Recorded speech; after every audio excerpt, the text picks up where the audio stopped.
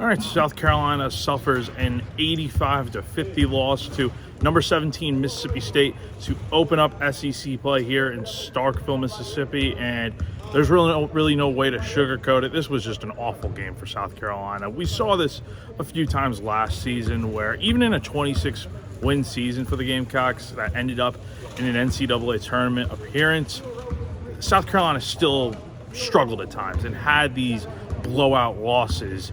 And to their credit, they responded the right way and came out playing well the next game. But with this team, with how many issues they've got going on right now, it's not even just one thing in particular. There's a lot of different things that are going wrong right now for South Carolina, and it all kind of just compounded today and kind of snowballed into a 35-point loss. So, look, in short, this was just really rough.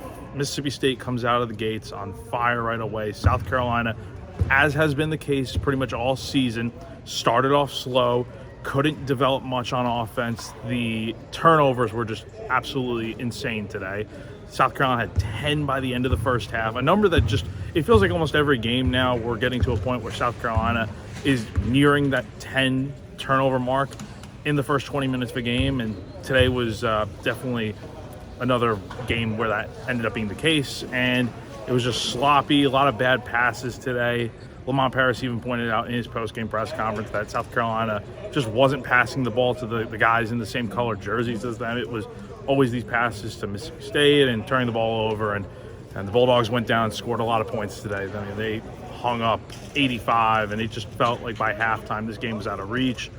4 minutes into the second half, South Carolina's already down by 30, and I mean, the game was essentially a wrap by that point. And it's not even the missed shots or anything like that really, disappointed Paris today. It was more so just the lack of fight, right? And when you're down by 30 points in the early minutes of the second half, it's hard to feel like, in the back of your mind, the game's probably over. And the disappointing part for him was that South Carolina just didn't show a lot of fight in the second half. So I mean, that's kind of what they got today. Just a game where they just didn't look ready. It's just, we thought this team was ready to go after the Clemson win, right?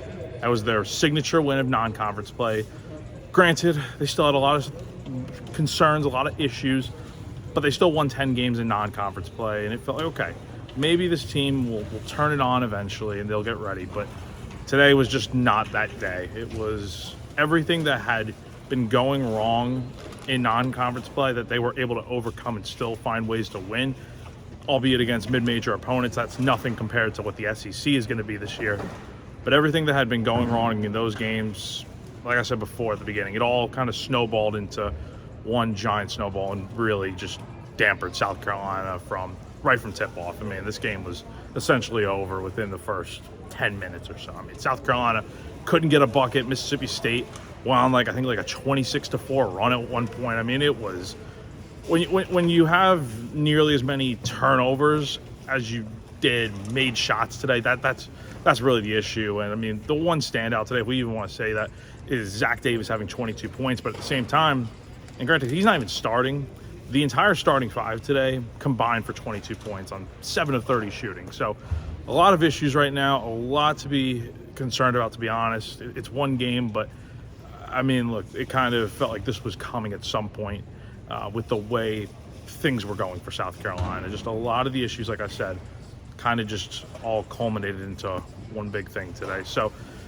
the Gamecocks are now 0-1 in SEC play, 10-4 on the year, but they will be back in action on Wednesday at Colonial Life Arena to face number 5 Alabama. Tip-off at 7 p.m.